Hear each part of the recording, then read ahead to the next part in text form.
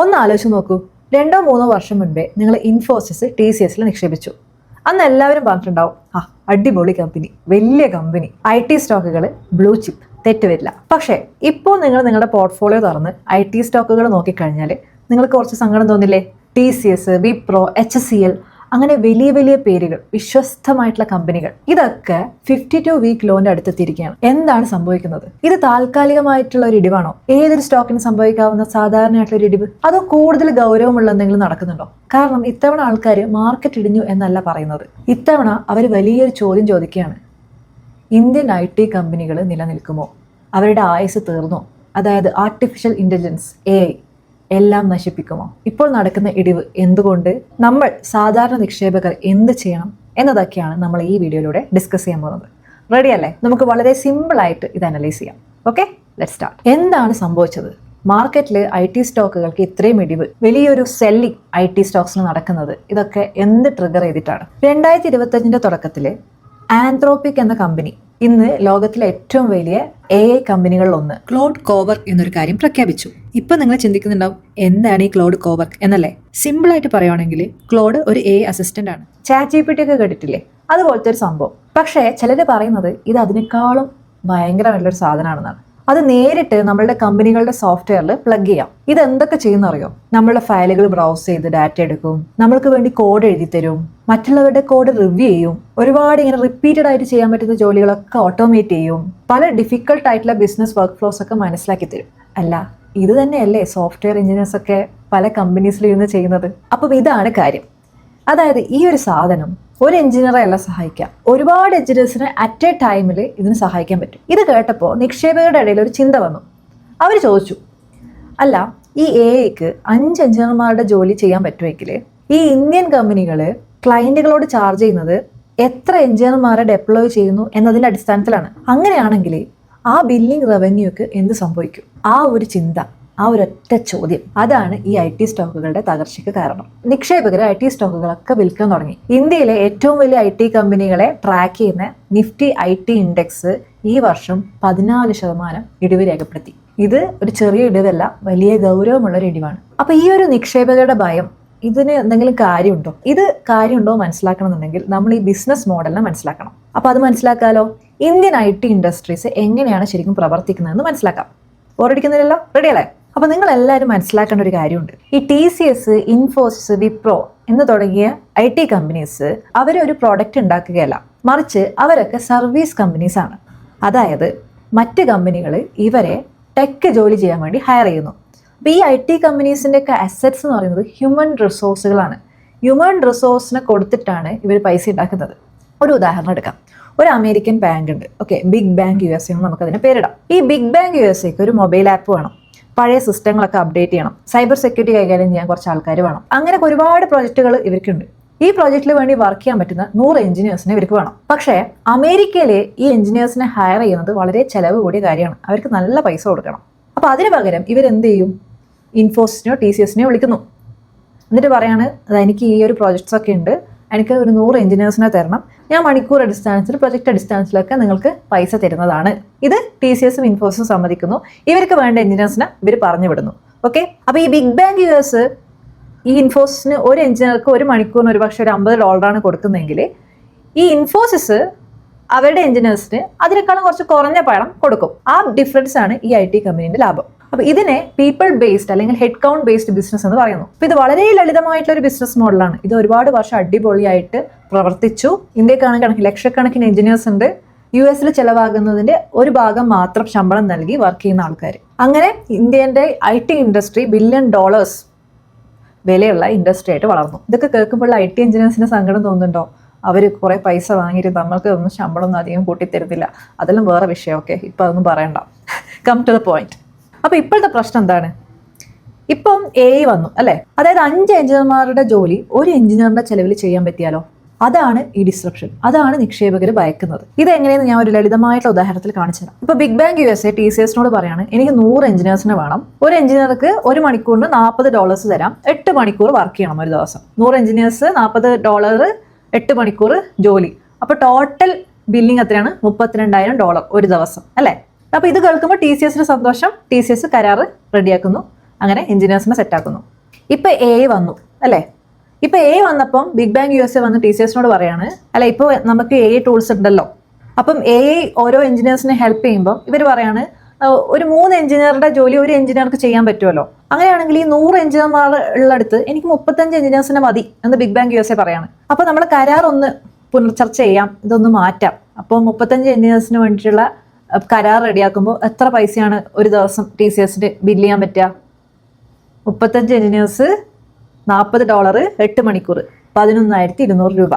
അതായത് ഒരു ക്ലയന്റിൽ നിന്ന്, അതായത് ബിഗ് ബാങ് USA എന്ന് പറഞ്ഞൊരു ക്ലയന്റിൽ നിന്ന് 65% റവന്യൂ ഇടിവാണ് ഈ ഒരു എക്സാമ്പിളിൽ TCSന് സംഭവിച്ചത്. ഇപ്പോൾ ഡസൻ കണക്കിന് ക്ലയൻസ്, 1000 കണക്കിന് പ്രൊജക്ട്സിനൊക്കെ നമ്മൾ കണക്ക് കൂട്ടി കഴിഞ്ഞു കഴിഞ്ഞാൽ എത്ര വലിയ ഇടിവാണ് IT കമ്പനീസ് നേരിടേണ്ടി വരുന്നത് ഈ ഒരു AI വന്നു കഴിഞ്ഞാൽ. അപ്പോൾ ഇപ്പോൾ മനസ്സിലായോ എന്തുകൊണ്ട് നിക്ഷേപകർ ഭയക്കുന്നു എന്നുള്ളത്? കാരണം ആ ബിസിനസ്സിന് വരാൻ പോകുന്ന അത്രയും വലിയൊരു റവന്യൂ ഇടിവാണ്. പക്ഷെ നമ്മൾ മനസ്സിലാക്കേണ്ട ഒരു കാര്യമുണ്ട്, ഈ ഒരു ഇഷ്യൂ ഇപ്പം നടന്നോ?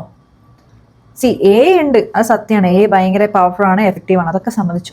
പക്ഷേ ബാങ്കുകളിലും ആശുപത്രികളിലും സർക്കാരുകളിലൊക്കെ ഈ ഒരു AI ഡിപ്ലോയ് ചെയ്യാന്ന് പറയുന്നത് അത്ര സിമ്പിളായിട്ടുള്ളൊരു കാര്യമല്ല. കാരണം പല സിസ്റ്റംസും ലെഗസി സിസ്റ്റംസാണ്. നമ്മളിപ്പോൾ ഒരു പ്രൊഡക്റ്റ്, ഒരു ആപ്ലിക്കേഷൻ ഉണ്ട് വിചാരിക്കും, ഓക്കെ, ഒരു സിമ്പിളായിട്ട് പറയുകയാണെങ്കിൽ ഇപ്പോൾ ഒരു വാട്സപ്പ് ഒരു കോഡ് എഴുതിയിട്ടുണ്ടാവുമല്ലോ വാട്സപ്പ് ആപ്ലിക്കേഷൻ. അപ്പോൾ വാട്സപ്പിൽ ചില ഫീച്ചേഴ്സൊക്കെ ഇങ്ങനെ ആഡ് ചെയ്യണമെന്നുണ്ടെങ്കിൽ ഈ കോഡ് മൊത്തം തിരുത്തെഴുതൊന്നുമില്ല, ആ ഫീച്ചർ വരുന്ന രീതിയിൽ അതിനെ റെഡിയാക്കി വെക്കും, പ്ലഗ് ചെയ്ത് വെക്കും. അത് എഞ്ചിനീയേഴ്സ് ചെയ്യും, സോഫ്റ്റ്വെയർ എഞ്ചിനീയേഴ്സിന് കൂടുതൽ കൃത്യമായിട്ട് ടെക്നിക്കലി പറഞ്ഞുതരാൻ പറ്റും. ബേസിക്കലി ഒരു ഔട്ട്സൈഡറിന് മനസ്സിലാക്കേണ്ട കാര്യം, നമ്മളിപ്പോൾ എന്ത് പ്രൊഡക്റ്റ് ആണെങ്കിലും മൊത്തത്തിൽ അഴിച്ചുപണി ചെയ്തിട്ടല്ല ഒരു പ്രൊഡക്റ്റ് ഉണ്ടാക്കുന്നത്. അതിൻ്റെ ലെഗസി സിസ്റ്റം ഉണ്ട്, അതിൻ്റെ കൂടെ പല കാര്യങ്ങളും പ്ലഗിൻ ചെയ്ത് അത് മനസ്സിലാക്കണം. ലെഗസി സിസ്റ്റം ആദ്യം മനസ്സിലാക്കിയിട്ട് വേണം ഈ കാര്യങ്ങളൊക്കെ ചെയ്യാൻ. ഓക്കെ, അപ്പോൾ ഈ AI വന്നിട്ട് ഇത് പ്ലഗിൻ ചെയ്യണമെന്നുണ്ടെങ്കിൽ ഒരു മനുഷ്യൻ്റെ സഹായം വേണം ഇത് ഇംപ്ലിമെൻറ്റ് ചെയ്യണമെന്നുണ്ടെങ്കിൽ. അപ്പം മാറ്റം യാഥാർത്ഥ്യമാണ്, എന്തായാലും മാറും. AI വന്നു കഴിഞ്ഞാൽ കാര്യങ്ങളൊക്കെ മാറും, പക്ഷെ അതിന് സമയമെടുക്കും. എത്ര സമയമെടുക്കും? ഈ സമയത്തിനുള്ളിൽ ആർക്ക് ലാഭം, ആർക്ക് നഷ്ടം? ഇതിനുള്ള ഉത്തരമാണ് ഇപ്പോൾ മാർക്കറ്റ് കണ്ടെത്താൻ ശ്രമിച്ചുകൊണ്ടിരിക്കുന്നത്. ഇതുപോലെ എന്തെങ്കിലും ഒരു ഇഷ്യൂ മുൻപ് ഉണ്ടായിട്ടുണ്ടോ? ഓരോ തവണയും ഒരു ടെക്നോളജി മാറ്റം സംഭവിക്കുമ്പോൾ ആളുകൾ പറയുന്ന ഒരു കാര്യം എന്താണ്? ഇതോടെ തീർന്നു, ഇനി അങ്ങോട്ടൊരു ഭാവിയില്ല, എല്ലാ കമ്പനികളുടെയും കാറ്റ് തീർന്നു. ഇതുപോലത്തെ എന്തെങ്കിലും ഇഷ്യൂ മുൻപ് സംഭവിച്ചിട്ടുണ്ടോ? നമ്മൾക്ക് ചരിത്രം എടുത്ത് നോക്കാം. Y2K എന്ന വലിയ പ്രോബ്ലം കമ്പ്യൂട്ടേഴ്സ് ഫേസ് ചെയ്തിട്ടുണ്ടായിരുന്നു. എന്താണ് Y2K പ്രോബ്ലം എന്നല്ലേ? 1990കളിൽ കമ്പ്യൂട്ടറിൻ്റെ മെമ്മറി വളരെ കുറവായിരുന്നു. അതുകൊണ്ട് കമ്പ്യൂട്ടറുകളിൽ വർഷം കണക്കാക്കാൻ 2 ഡിജിറ്റാണ് യൂസ് ചെയ്തിട്ടുണ്ടായിരുന്നത്. ഫോർ എക്സാമ്പിൾ 1998 എന്നത് 98 എന്നാണ് കമ്പ്യൂട്ടറുകൾ കോഡിലുണ്ടായിരുന്നത്. അതുപോലെ 1999 എന്നതായിരുന്നു കമ്പ്യൂട്ടർ യൂസ് ചെയ്തിട്ടുണ്ടായിരുന്നത്. അപ്പോൾ ഇവിടെ ഒരു പ്രശ്നമുണ്ട്. 2000 വന്നു കഴിഞ്ഞാൽ എന്തായി? 2000 എന്ന വർഷം വന്നു കഴിഞ്ഞാൽ എന്തായി? അത് 00 ആയി. പക്ഷെ 00 കമ്പ്യൂട്ടറിന് എന്താണ്? 1900 ആണ് അല്ലേ? അതായത് ഇതാണ് Y2K problem, year 2K problem. അപ്പം ഇതെങ്ങനെയാണ് പ്രശ്നമാവുന്നത്? അന്നല്ല ഇന്നും ഈ കമ്പ്യൂട്ടറുകളാണ് ബാങ്കുകൾ, വിമാനങ്ങൾ, ആശുപത്രികൾ, വൈദ്യുതി സംവിധാനങ്ങൾ, സർക്കാർ ഓഫീസുകൾ, ഇതൊക്കെ നിയന്ത്രിച്ചിരുന്നത് കമ്പ്യൂട്ടേഴ്സാണ്. അപ്പോൾ ഈ 2000 വന്നു കഴിഞ്ഞാൽ വലിയൊരു പ്രശ്നമാവും. എന്താണ് ഇവിടുത്തെ കുഴപ്പമെന്ന് നോക്കാം. ഫോർ എക്സാമ്പിൾ ബാങ്കിൽ എന്താണ് പ്രശ്നം ഉണ്ടാവുക? ബാങ്ക് എല്ലാ കാൽക്കുലേഷൻസും ഇയർ വെച്ചാണ് കാൽക്കുലേറ്റ് ചെയ്യുക അല്ലേ? അതായത് ഇപ്പോൾ ബാങ്കിൽ നമ്മൾ പൈസ ഇടാണ്, ബാങ്ക് നമ്മൾക്ക് പലിശ തരുന്നു. ഈ കാൽക്കുലേഷൻ എങ്ങനെയാണ് ബാങ്ക് ചെയ്യുന്നത്? വർഷം വെച്ചല്ലേ? അപ്പം 2000 വന്നു കഴിഞ്ഞാൽ 00 ആയി കഴിഞ്ഞാൽ ബാങ്കിൻ്റെ പല കാൽക്കുലേഷൻസും തെറ്റൂലേ? ബാങ്കിൽ നമ്മൾ ആ 2000 പൈസ ഇട്ട് കഴിഞ്ഞാൽ ബാങ്ക് ചിന്തിക്കൽ എന്താ? 1900 ഈ മനുഷ്യൻ വന്ന് പൈസ ഇട്ടു എന്നല്ലേ ബാങ്ക് ചിന്തിക്കുക. അപ്പോൾ ബാങ്കിൻ്റെ എല്ലാ കാൽക്കുലേഷൻസും തെറ്റും. അത് മാത്രമല്ല പല രീതിയിൽ. അപ്പോൾ ഇപ്പം ബാങ്കിന് ശമ്പളം കൊടുക്കണം, അപ്പോൾ ശമ്പളത്തിൻ്റെ ഒരു ഹിസ്റ്ററി എല്ലാം ഡേറ്റ് വെച്ചിട്ടല്ലേ കാൽക്കുലേറ്റ് ചെയ്യുക, അതൊക്കെ തെറ്റും. അതുപോലെ തന്നെ ഇപ്പം വിമാനം എടുക്കുകയാണെങ്കിൽ വിമാനത്തിന് എന്തൊക്കെയുണ്ട്? മെയിൻ്റെനൻസ് ഷെഡ്യൂൾ ഉണ്ട്, ഫ്യൂവൽ കാൽക്കുലേഷൻ ഉണ്ട്, ഇതൊക്കെ ഡേറ്റും ടൈമൊക്കെ വെച്ചല്ലേ കാൽക്കുലേറ്റ് ചെയ്യുന്നത്. ഇപ്പം മെയിൻ്റെനൻസ് ഷെഡ്യൂൾ 6 മാസം കഴിഞ്ഞാൽ മെയിൻറ്റെയിൻ ചെയ്യണം എന്നുള്ളത് അതിൽ സെറ്റ് ചെയ്തിട്ടുണ്ടാവും സിസ്റ്റത്തിൽ. പക്ഷെ നമ്മൾ ഈ ഇയർ 2000 വരുമ്പോൾ കംപ്ലീറ്റ് ഡാറ്റ തെറ്റും. ഇപ്പം നമ്മൾ തന്നെ പല കാൽക്കുലേഷൻ, നമ്മളെ ലൈഫിലെ കാൽക്കുലേഷൻ ഇയർ വെച്ചല്ലേ നമ്മൾ കാൽക്കുലേറ്റ് ചെയ്യുന്നത്. നമ്മളുടെ വയസ്സ്, നമ്മൾ അവിടെ പോയി ഇവിടെ പോയി, അങ്ങനെ പല ഡാറ്റാസും കമ്പ്യൂട്ടറും കാൽക്കുലേറ്റ് ചെയ്യല്ലേ. അപ്പം ഈ ഇയർ ഭയങ്കര ഇമ്പോർട്ടൻ്റ് ആണ്. അതുപോലെ തന്നെ ആശുപത്രികൾ, പേഷ്യൻസിൻ്റെ റെക്കോർഡ്സ്, ഗവൺമെൻറ് ഓഫീസിലെ പല റെക്കോർഡ്സ് എല്ലാത്തിൻ്റെയും ഡേറ്റ് തെറ്റും. അങ്ങനെ മൊത്തത്തിൽ വലിയൊരു പ്രശ്നം സംഭവിക്കും. അപ്പോൾ എന്താണ് ആ സമയത്ത് സംഭവിച്ചത്? പല കമ്പനീസും അവരുടെ സോഫ്റ്റ്വെയർ റെഡിയാക്കാൻ വേണ്ടി നെട്ടൗട്ട് ഓടി. കാരണം 2000 വന്നു കഴിഞ്ഞാൽ മൊത്തത്തിൽ അവതാളത്തിലാവും എല്ലാം. ഇതൊക്കെ ശരിയാക്കാൻ ആരാണ് സഹായിച്ചത്? ഇന്ത്യൻ IT കമ്പനികളാണ്. ഇൻഫോസിസിലും TCSലും വിപ്രോയിലൊക്കെ എംപ്ലോയീസ് രാത്രിയും പകലും വർക്ക് ചെയ്ത് ഈ ഒരു ഇഷ്യൂ സോൾവ് ചെയ്തു. ഈ ഒരു ഇഷ്യൂ ഇന്ത്യൻ IT കമ്പനീസിനെ ഗ്ലോബലി ഒരു പൊസിഷനിൽ സെറ്റ് ചെയ്യാൻ വേണ്ടി ഹെൽപ്പ് ചെയ്തു. അപ്പോൾ അത് വലിയൊരു പ്രോബ്ലം ആയിരുന്നു. ആ പ്രോബ്ലം ഓപ്പർച്യൂണിറ്റി ആക്കി ഇന്ത്യൻ IT കമ്പനീസ് വളർന്നു. അപ്പം ഇപ്പോൾ നമ്മൾക്ക് വന്ന ഒരു ഇഷ്യൂ Y2K പ്രോബ്ലം പോലെയാണോ? അപ്പോൾ ഇവിടെ നമ്മൾ മനസ്സിലാക്കേണ്ടത് 2 തരം വാദങ്ങളുണ്ട്. കുറച്ച് ആൾക്കാർ ഇതിനെ നല്ലത് പറയും, അതായത് ആരാ നല്ലത് പറയാം, ബുൾസൊക്കെ നല്ലത് പറയും, ബിയർ ആയിട്ടുള്ള ആൾക്കാർ പറയും, ഇനിയും താഴോട്ട് പോകും. അപ്പോൾ നമുക്ക് 2 വാദങ്ങളും നോക്കാം. ആദ്യം നമുക്ക് നല്ലത് പറയാം. അതായത് ഇവിടെ A വന്നു കഴിഞ്ഞാൽ ഈ A ടൂളുകൾ മെയിൻറ്റെയിൻ ചെയ്യണം, കസ്റ്റമൈസ് ചെയ്യണം, ഇംപ്ലിമെൻറ്റ് ചെയ്യണം. ഇതൊക്കെ ആര് ചെയ്യും? ഇതൊക്കെ IT കമ്പനീസ് തന്നെ ചെയ്യണം അല്ലേ? അപ്പം ഈ A ഇൻ്റഗ്രേഷൻ എന്ന് പറഞ്ഞ വലിയൊരു പ്രൊജക്റ്റിൻ്റെ ഒരു തരംഗം IT കമ്പനീസിലുണ്ടാവും. മാത്രമല്ല ഈ A വന്നു കഴിഞ്ഞാൽ ഈ പ്രൊജക്റ്റുകളൊക്കെ വളരെ എളുപ്പത്തിൽ എക്സിക്യൂട്ട് ചെയ്യാനും ഡെലിവർ ചെയ്യാനും പറ്റും. അപ്പോൾ കൂടുതൽ പ്രൊജക്റ്റുകൾ IT കമ്പനീസിന് വരാം. വേറെ എന്തൊക്കെ ഗുണങ്ങളുണ്ട് A വന്നു കഴിഞ്ഞാൽ? A ഒരുപാട് പുതിയ സോഫ്റ്റ്വെയർസ് ഉണ്ടാക്കും, പുതിയ പ്ലാറ്റ്ഫോംസ് ക്രിയേറ്റ് ചെയ്യും, പുതിയ ഇൻഡസ്ട്രീസ് തന്നെ ഡെവലപ്പ് ചെയ്ത് വരാം. അപ്പോൾ ഇതൊക്കെ പുതിയ റവന്യൂയിലേക്കുള്ള സോഴ്സസ് ആണ്. പിന്നെ നേരത്തെ ഇന്ത്യൻ IT അഫോർഡ് ചെയ്യാൻ പറ്റാതിരുന്ന പലയിടത്തരം സ്മോൾ IT കമ്പനീസൊക്കെ ഈ AI യൂസ് ചെയ്ത് വലുതാവാം. അപ്പോൾ മാർക്കറ്റ് വലുതാവും. പിന്നെ ഇന്ത്യക്ക് വലിയൊരു എഞ്ചിനീയേഴ്സിൻ്റെ ടാലൻറ്റ് പൂൾ ഉണ്ട് അല്ലേ? അപ്പോൾ ഇവർ വെറുതെ കോഡ് എഴുതാൻ പഠിപ്പിക്കാണ്ട് ഈ AI സിസ്റ്റങ്ങൾ കൈകാര്യം ചെയ്യാൻ പഠിപ്പിച്ചു കഴിഞ്ഞാൽ പിന്നെയും നമ്മൾക്കൊരു വരുമാനമാണ് അല്ലേ? IT കമ്പനികൾ എങ്ങനെ പൈസ ഉണ്ടാക്കുന്ന ഹ്യൂമൻ റിസോഴ്സ് വെച്ചിട്ട്. അപ്പോൾ പുതിയ ടാലൻ്റ് ഉള്ള ഹ്യൂമൻ റിസോഴ്സിന് കൂടുതൽ പൈസ വരും നമുക്ക്. അപ്പം ബിസിനസ് മോഡൽസ് മാറാണ് എന്ന് വെച്ച് ടെക് സേവനങ്ങളുടെ ആവശ്യം ഇല്ലാണ്ടാവുന്നില്ല. അപ്പം ഈ ഒരു ഓപ്പർച്യൂണിറ്റി മനസ്സിലാക്കുന്ന ബുദ്ധിയുള്ള IT കമ്പനീസ് കൂടുതൽ ഉയരങ്ങളിലേക്ക് എത്തും. ഇനി ഇതിൻ്റെ മറുവശം കൂടി നമുക്ക് മനസ്സിലാക്കാം. ഒരു ഭാഗത്ത് ന്യായമായിട്ടുള്ള പോയിന്റുകളുണ്ട്, പക്ഷേ നെഗറ്റീവ്സ് എന്തൊക്കെയാണ്? ഈ ആവർത്തിക്കുന്ന സോഫ്റ്റ്വെയർ ജോലികൾക്ക് മാത്രം വില കുറഞ്ഞ ജീവനക്കാർ നൽകുന്ന IT കമ്പനികൾ അവർ ശരിക്കും പ്രശ്നത്തിലാവും. പക്ഷേ AI ടൂളുകളിൽ നിക്ഷേപിച്ച് ആളുകളെ പരിശീലിപ്പിച്ച് AI സർവീസ് പ്രൊവൈഡർ ആകാൻ ശ്രമിക്കുന്ന കമ്പനികൾസൊക്കെ രക്ഷപ്പെടും. ഇപ്പൊ മാർക്കറ്റ് ചെയ്തുകൊണ്ടിരിക്കുന്നത് എന്താണ്? ഈ 2 തരം കമ്പനികളെ വേർതിരിക്കുകയാണ്. ഓക്കെ, ഈ ഇടിവിന്റെ അവസാനത്തിൽ നമുക്ക് മനസ്സിലാവും ഏതൊക്കെ കമ്പനി വളരും, ഏതൊക്കെ കമ്പനി നശിക്കും എന്നുള്ളത്. ഇനി നമുക്ക് വലിയ ചോദ്യത്തിലേക്ക് വരാം. നമ്മൾ എന്ത് ചെയ്യണം ഈ ഒരു അവസരത്തിൽ? ഇപ്പോൾ നിങ്ങളുടെ കയ്യിൽ IT സ്റ്റോക്കുകൾ ഉണ്ടെങ്കിൽ ടെൻഷൻ അടിക്കരുത്. 14% ഇടിവ് എന്ന് പറയുന്നത് ലോകാവസാനമൊന്നുമല്ല. ഈ കമ്പനീസൊക്കെ, ഈ വലിയ IT കമ്പനീസൊക്കെ വളരെ ലാഭകരവും അതുപോലെ തന്നെ ക്യാഷ് റിസർവ്സ് ഒക്കെ ഉള്ള കമ്പനീസാണ്. ഇവരൊരിക്കലും 0ലേക്ക് പോവില്ല. പക്ഷേ നമ്മൾ ബ്ലൈൻഡ്ലി ഈ ഇടിഞ്ഞോണ്ടിരിക്കുന്ന സ്റ്റോക്സിൽ ആവറേജ് ചെയ്ത് ഇടേണ്ട ആവശ്യമില്ല. ഇപ്പോൾ ഒരു കമ്പനി താഴോട്ടേക്ക് പോയിട്ട് നമ്മൾ ആവറേജ് ഡൗൺ ചെയ്യുവാണെങ്കിൽ അത് നാളെ മുകളിലോട്ടേക്ക് കയറുന്ന സമയത്ത് ഓരോ പോയിന്റും നമ്മൾ വാങ്ങി അതിങ്ങനെ മുകളിലോട്ടേക്ക് കയറുകയാണെങ്കിൽ നമുക്ക് നല്ല റിട്ടേൺസ് കിട്ടും. പക്ഷേ നമ്മളിങ്ങനെ ചെയ്യണമെന്നുണ്ടെങ്കിൽ നമ്മൾ മനസ്സിലാക്കേണ്ട കാര്യം, ഈ കമ്പനീസൊക്കെ ഇതൊരു ഓപ്പർച്യൂണിറ്റി ആയിട്ട് എടുത്ത് മുന്നോട്ട് പോകുന്നുള്ള വിശ്വാസം നമുക്കുണ്ടെങ്കിൽ ഇടാം. അല്ലാണ്ട് ഈ കമ്പനീസൊക്കെ ഇടിയാണ് എല്ലാ കമ്പനീസും കയറി വരണം എന്നില്ല. അഡാപ്റ്റ് ചെയ്ത് വരുന്ന കമ്പനീസേ മുന്നോട്ട് പോകുള്ളൂ. അപ്പം ഈ നിഫ്റ്റി 80ന്റെ ഒരു ലെവൽ നോക്കുകയാണെങ്കിൽ 30,444. ആ ലെവലിൽ താഴോട്ടേക്ക് പോകണമെങ്കിൽ ഇനിയും താഴോട്ട് പോകാൻ ചാൻസ് ഉണ്ട്.